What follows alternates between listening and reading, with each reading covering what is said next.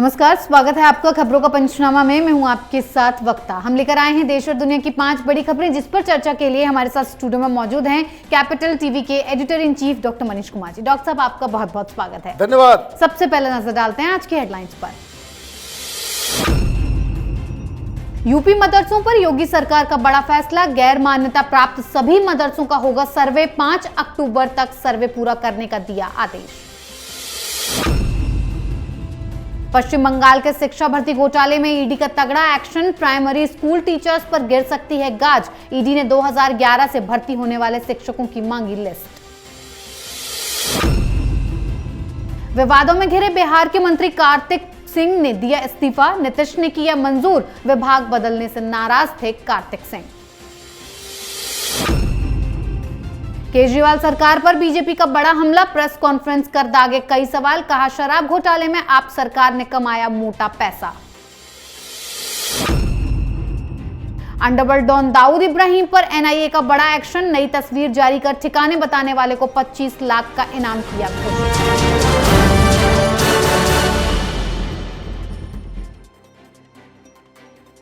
आज की सबसे पहली खबर योगी सरकार के यूपी में लिए गए बड़े फैसले पर। योगी सरकार ने यूपी मदरसों पर बड़ा फैसला लेते हुए गैर मान्यता प्राप्त मदरसों का सर्वेक्षण कराने का आदेश दिया है। सर्वे में यह पता लगाया जाएगा कि मदरसों का वित्त पोषण कहां से हो रहा है, किस जिले में कितने गैर मान्यता प्राप्त मदरसे हैं और किस मदरसे में कितने बच्चे तालीम ले रहे हैं। 5 अक्टूबर तक सर्वे पूरा कराने के निर्देश जिला अधिकारियों को दिए गए हैं और 25 अक्टूबर तक रिपोर्ट सौंपनी है। लेकिन इस फैसले पर ओवैसी भड़क गए और इसे छोटा एनआरसी बता रहे हैं। डॉक्टर साहब, योगी सरकार का फैसला कितना बड़ा है और ओवैसी क्यों भड़क रहे हैं? देखिए, ये छोटा एनआरसी हो या बड़ा, अगर छोटा ही मान लिया जाए तो बड़ा भी आना चाहिए।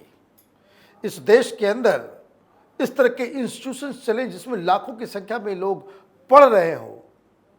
सरकार का ये दायित्व नहीं है क्या, ये पता करने का कि भाई स्कूल चला कौन रहा है, पैसे कहां से आ रहे हैं, ड्रग्स का पैसा आ रहा है, आईएसआई देश के दुश्मनों का पैसा आ रहा है, चीन का पैसा आ रहा है, प्रोस्टिट्यूशन का पैसा लगा हुआ हो। क्या सरकार को ये जानने का अधिकार नहीं है? क्या पढ़ा रहे हो, क्या नहीं पढ़ा रहे हो? वहां जिहाद की ट्रेनिंग मिल रही है, आतंकवादी बनाया जा रहा है, देशभक्त बनाया जा रहा है। ये तो सरकार को जानने की पूरा अधिकार है, होना भी चाहिए। और ऐसे वक्त में जब आप देखिए असम के अंदर में जो हेमंत बिस्वा शर्मा वहाँ के चीफ मिनिस्टर हैं, उन्होंने जिस तरह के गैर कानूनी मदरसों के ऊपर बुलडोजर चलाना शुरू किया है और उससे जो छटपटाहट है वो ओवैसी बयान कर रहे हैं जी। ओवैसी की दिक्कत ये है कि ओवैसी मुस्लिम राजनीति में इतने अंधे हो गए हैं, उनको उसके अलावा कुछ नज़र नहीं आता। दिक्कत दूसरी ये है कि हिंदुस्तान में जो सेकुलर जमात है, ये जो सेकुलर इंडस्ट्री है, वो भी अपनी रैशनैलिटी को नाले में बहा चुका है। देश के ऊपर खतरा मंडरा रहा है। आईएसआईएस के लोग पकड़े जा रहे हैं, अलकायदा के स्लीपर सेल्स मिल रहे हैं। आईएसआई का पैसे से हिंदुस्तान में हर जगह दंगे और हिंसा की खबरें आती रहती है। और आप कहते हो कि भाई ये छोटा एनआरसी है। योगी आदित्यनाथ ने जो फैसला किया है वो बहुत ही सही फैसला है। सिर्फ असम और यूपी ही क्यों, देश के सभी राज्यों में सरकार को ये पता होना चाहिए कि वहाँ मदरसे के नाम पे जो इलीगल काम हो रहा है वो कहाँ, क्या, किस रूप में हो रहा है। इसकी जानकारी बाकायदा हर सरकार को, पुलिस को और तमाम एजेंसियों को होनी चाहिए। जी डॉक्टर साहब, यूपी में योगी सरकार एक्शन में है और बंगाल में ईडी ने नया एक्शन लेकर ममता सरकार की मुसीबतें बढ़ा दी हैं। ममता के मंत्री पार्थ चटर्जी इसी घोटाले में अंदर हैं, लेकिन अब प्राइमरी टीचर्स की भर्ती पर ईडी ने छानबीन शुरू कर दी है और अगर इनकी भर्ती में कोई भी घोटाला मिलता है तो टीएमसी सरकार पर गाज गिर सकती है, क्योंकि ईडी ने 2011 से भर्ती होने वाले सभी कैंडिडेट्स की लिस्ट मांगी है, जिससे कई बड़े खुलासे हो सकते हैं। डॉक्टर साहब, ममता बनर्जी के ऊपर गाज गिर सकती है क्या? जांच के दायरे में आ सकती हैं वो? देखिए, अब तो ममता बनर्जी तो छटपटा रही होंगी, उनको समझ में नहीं आ रहा हो कि भाई क्या मुसीबत गले पड़ गई है। प्रधानमंत्री बनना था 2024 में, केजरीवाल लीड ले रहा है, मीडिया में छाया हुआ है, चोरी करने के बावजूद भी, घोटाला करने के बावजूद भी। उधर बीजेपी से हाथ हटा करके नीतीश कुमार वो तेलंगाना वाले के साथ मिलके यार वो केसीआर जो है उनके साथ बैठ करके प्रधानमंत्री बनने का उधर सपना देखा जा रहा है। राहुल गांधी कांग्रेस पार्टी 4 तारीख को देश बचाओ अभियान पे निकलने वाली है, भारत जोड़ो आंदोलन शुरू होने वाला है।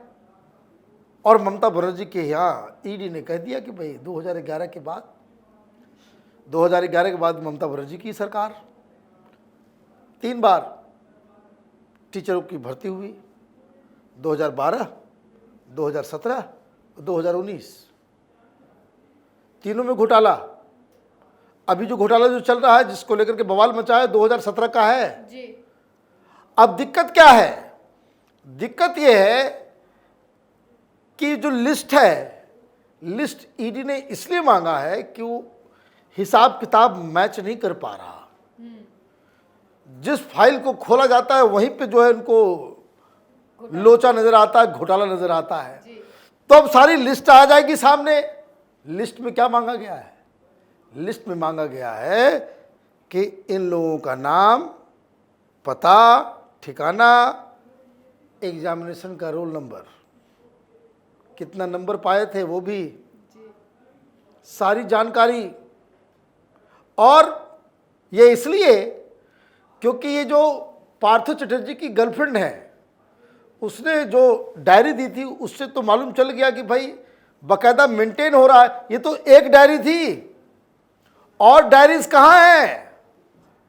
ये ममता बनर्जी के पूरे सिस्टम को जो सिंडिकेट देखिए जिस तरह से फंस रहा है, उधर कॉ स्मगलिंग में केस्टो, इधर कोयले घोटाले में भतीजा जा रहा है। तो चारों तरफ से जो उसको कह सकते हैं कि विपत्ति ममता बनर्जी को घेर रही है।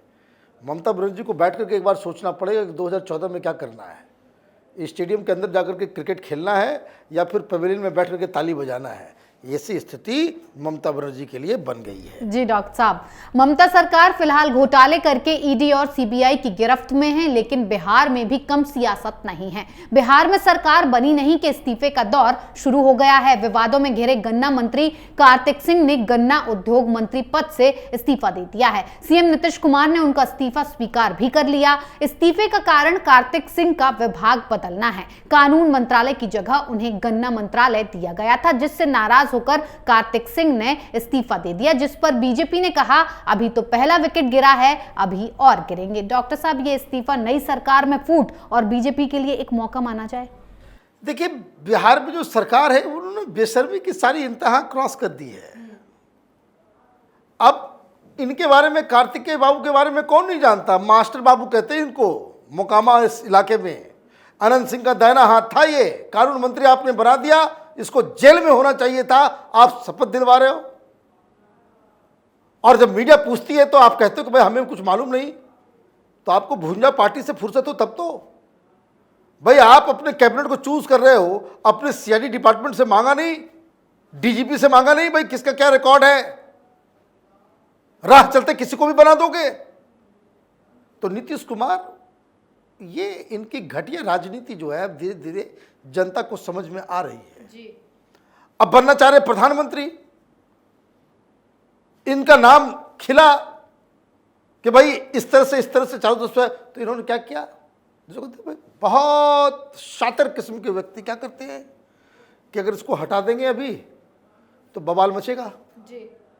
वो आरजेडी का है, तेजस्वी नाराज हो गया तो अभी लेने के देने पड़ जाएंगे। तो आपने क्या किया?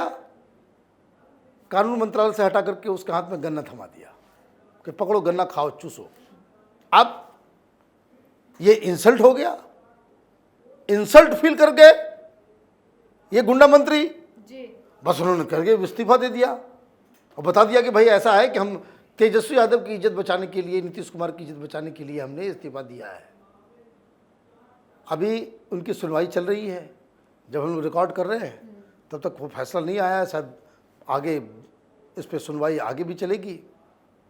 बेल नहीं मिलता है तो ये गन्ना मंत्री साहब भी जेल जाएंगे। तब नीतीश कुमार क्या करेंगे? दरअसल दिक्कत क्या है कि बिहार में जो राजनीति अभी जो चल रही है, चाहे इसमें किसी भी पार्टी की हो, अभी जो बीजेपी थी या फिर आरजेडी या जेडीयू, ये सब अपने सेल्फिश इंटरेस्ट के लिए सरकार में, राजनीति में है, राज्य की भलाई के लिए कोई काम नहीं कर रहा। जी डॉक्टर साहब, एक तरफ बिहार सरकार में फूट की आशंका दिख रही है, तो दूसरी तरफ दिल्ली में शराब घोटाले को लेकर केजरीवाल सरकार के सारे कारनामे बीजेपी खोल रही है। बीजेपी ने प्रेस कॉन्फ्रेंस की और कई बड़े खुलासे किए कि केजरीवाल सरकार ने शराब घोटाले में मोटा पैसा कमाया और अपने दोस्त सिसोदिया को 144 करोड़ दिए। इसीलिए केजरीवाल विधानसभा में कह रहे हैं कि सिसोदिया को सीबीआई 2-3 दिन में गिरफ्तार कर सकती है, क्योंकि सीबीआई पर दबाव है। साथ ही एलजी के घर के बाहर भी प्रदर्शन जारी है। डॉक्टर साहब, केजरीवाल की कट्टर ईमानदारी बीजेपी तो रोज बता रही है। देखिए, ये कट्टर धूर्त है। ये रोज, मैं बार बार कहता हूं, ये मंकी जंपिंग करने में जैसे बंदर होते ना, कभी एक डाल पे एक जगह नहीं बैठेंगे, इधर से उधर, इधर से उधर, इधर से उधर। आज विधानसभा में भाषण चल रहा था उनका, क्या कहा उन्होंने? केजरीवाल ने कहा कि अभी जब पहले तो क्लीन चिट दे दिया कि भाई कुछ नहीं मिला। जैसे क्लीन चिट दिया गया किसको? सत्येंद्र जैन को। और मैं आपको बता दे रहा हूं, कैपिटल टीवी के दर्शक इस चीज को गांठ बांध करके रख लें, अभी 1-2 साल ये सत्येंद्र जैन जेल से बाहर नहीं आने वाला है। और ये बेशरम ईमानदार मुख्यमंत्री अपने कैबिनेट से उसे निकाल भी नहीं सकेगा। आप ये देखिए, इसे बेल पे बेल अप्लाई करता है, एक बेल खत नहीं मिलता, दूसरी बार, तीसरी बार, अगले 2 साल तक नहीं निकलेगा ये, क्योंकि इसके खिलाफ इतने पुख्ते सबूत हैं। और ये नटवर लाल इसे क्लीन चिट दे रहा था कि मैं तो इनकम टैक्स कमिश्नर रहा हूं, कागज मुझे भी समझ में आता है, मैंने सब कागज देख लिया, कोई गड़बड़ी नहीं है। जज साहब से ज्यादा तुमको कानून मालूम है। अभी तो दिक्कत ये, आपने शुरू कर दिया, अब ये कह रहे हो कि भाई देखो, आपने एक को बंद किया, रेड किया, गुजरात में 4% मेरा वोट हो गया। पता नहीं किसने बता दिया इसको, सर्वे कराया, क्या किया? झूठा तो ऐसा है कि सच बोलने वाला भी शर्मा जाए इसके सामने। और ये कह रहा है कि मनीष सिसोदिया को पकड़ के ले गए तो 6% और मेरा वोट जो है बढ़ जाएगा। सिसोदिया साहब को जो है डर लगना चाहिए। केजरीवाल जैसा मित्र हो तो दुश्मन की कमी नहीं है, क्योंकि ये नटवर लाल 6% वोट के लिए सिसोदिया को जेल भेजवा ही देगा। जी डॉक्टर साहब, हर राज्य की सरकारें अपनी अपनी कुर्सी को बचाने में लगी हुई हैं, तो इसी बीच एनआईए ने अंडरवर्ल्ड डॉन दाऊद इब्राहिम और उसकी गैंग की नई तस्वीर जारी करते हुए उसका पता ठिकाना बताने वाले को 25 लाख इनाम देने की घोषणा की है। साथ ही छोटा शकील पर 20 लाख का इनाम है। लिस्ट में दाऊद, छोटा शकील, अनीस इब्राहिम, जावेद चिकना और टाइगर मीनन का नाम है। दाऊद के भाई इकबाल कासकर को एनसीबी ने जेल में रिमांड पर लेकर पूछताछ की। उसने भी खुलासा किया कि दाऊद, छोटा शकील, अनीस इब्राहिम पाकिस्तान में ही हैं। डॉक्टर साहब, ऐसा पहली बार है जब एनआईए ने सार्वजनिक तौर पर इनाम रखा हो। कोई बड़ी प्लानिंग है दाऊद को पकड़ने की? देखिए, ये सब पुरानी बातें हैं, सारी दुनिया जानती है वो कराची में है। ये पाकिस्तान के लोग भी जानते हैं, हिंदुस्तान के लोग भी जानते हैं, सारे एजेंसी जानती है, मुंबई में खास करके और भी बहुत सारे लोग जानते हैं, बहुत सारे पॉलिटिकल पार्टीज के लोग जानते हैं, और बहुत सारे बड़े बड़े पत्रकार, ये लुटियन जोन वाले, ये भारत तेरे टुकड़े होंगे इंशाअल्लाह वाला गैंग के जो बहुत सारे पत्रकार हैं, वो दाऊद से जान पहचान है उनकी। कोई छुपी हुई बात थोड़ी है। कराची में कहाँ रहता है, समुद्र के किनारे कौन सी जगह पे, ये भी दुनिया को मालूम है। भाई जिसका समधी जावेद मियांदाद हो, आप समझिए, बहुत ही पंप एंड शो के साथ शादी हुई थी। जावेद मियांदाद और दाऊद इब्राहिम दोनों समधी हैं। और जावेद मियांदाद तो हिंदुस्तान में देखे कितने कितने टेलीविजन चैनल पे पहले आया करता, तो एज हो गया, नहीं बोल पाता, नहीं तो अदरवाइज एक्सपर्ट बन करके आता था। ऐसे ही हो जाता है। ये बेकार की बातें हैं। हिंदुस्तान की जनता एक ही चीज चाहती है और मोदी सरकार से ये एक्सपेक्टेशन थोड़ा ज़्यादा ही था कि आदर सर्जिकल स्ट्राइक करो, इजराइल की तरह मारो उसको, या फिर पकड़ के लाओ उसको। तीसरा कोई ऑप्शन नहीं है। एनआईए को जल्द से जल्द इसके ऊपर कार्रवाई की जानी चाहिए। Otherwise let's stop talking about D company, Dawood Ibrahim और वो। आप इतना सा काम नहीं कर सकते तो काहे का वर्ल्ड पावर बनना चाह रहे हैं? एक माने इलीगल काम करने वाले अपराधी को आप नहीं पकड़ सकते तो क्या कर सकते हैं? जी डॉक्टर साहब, बहुत बहुत धन्यवाद इतनी जानकारी के लिए। धन्यवाद। खबरों का पंचनामा में आज के लिए इतना ही। देश विदेश की बाकी खबरों और उनके सटीक एनालिसिस के लिए देखते रहिए कैपिटल टीवी। हमें लाइक कीजिए, शेयर कीजिए और कैपिटल टीवी को सब्सक्राइब कीजिए। नमस्कार।